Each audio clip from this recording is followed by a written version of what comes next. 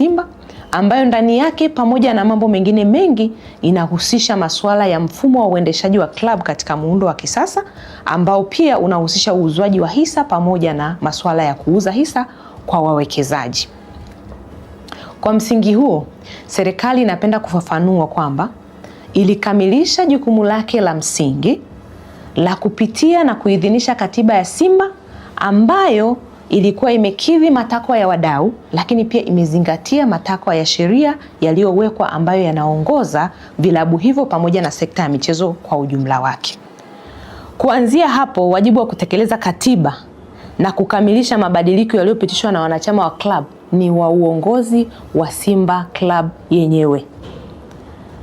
Utekelezaji wa maamuzi yaliyomo katika katiba hiyo haupaswi kufanywa na serikali kwa niaba ya klabu, kwa kuwa ni maamuzi yaliyofanywa na wanachama kupitia mkutano mkuu na umeidhinishwa kwa mujibu wa sheria kwamba umekidhi na kuakisi vigezo vyote vya kisheria, kanuni na taratibu ambavyo vimewekwa na serikali. Hata hivyo, serikali inafahamu kwamba kwa kuwa hili ni jambo jipya linaanza kwa mara ya kwanza, inawezekana katika swala zima la utekelezaji wake kukawa kuna kutokuwa na uelewa au kukawa kuna mkwamo ambao labda unatokana na kutokuwa na namna bora ya kuupeleka.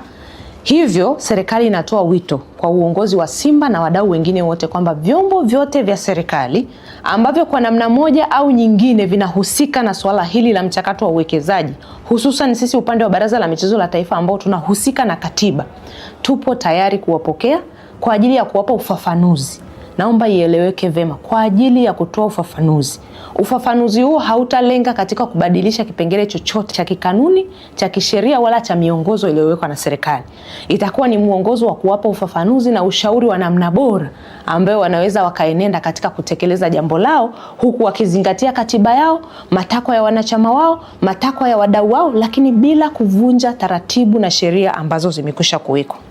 Hivyo serikali inatoa wito kwa klabu ya Simba kutumia vyombo vyake na taratibu halali za kukamilisha utekelezaji wa katiba hiyo iliyoidhinishwa, kuwasilisha rasmi kwa mamlaka husika masuala yote yanayohitaji ufafanuzi ambayo wanadhani wanakwama.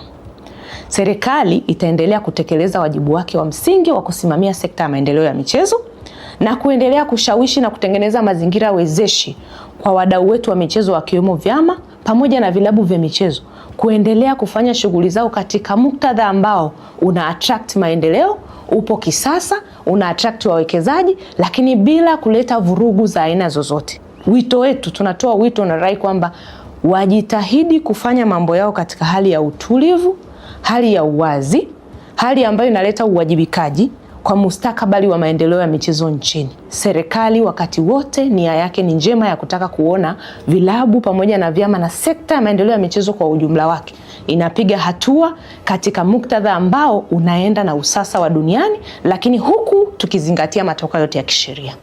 Bwana, huyo anaitwa Neema Msita, katibu mkuu mtendaji wa Baraza la Michezo la Taifa BMT, akitanabaisha hivyo. Sasa Simba, kumbe nyie katiba mmeshapewa. Katiba nyie mmeshapewa tangu tarehe ngapi? Katiba nyie mlishapewa tangu tarehe 18 Februari mwaka 2026.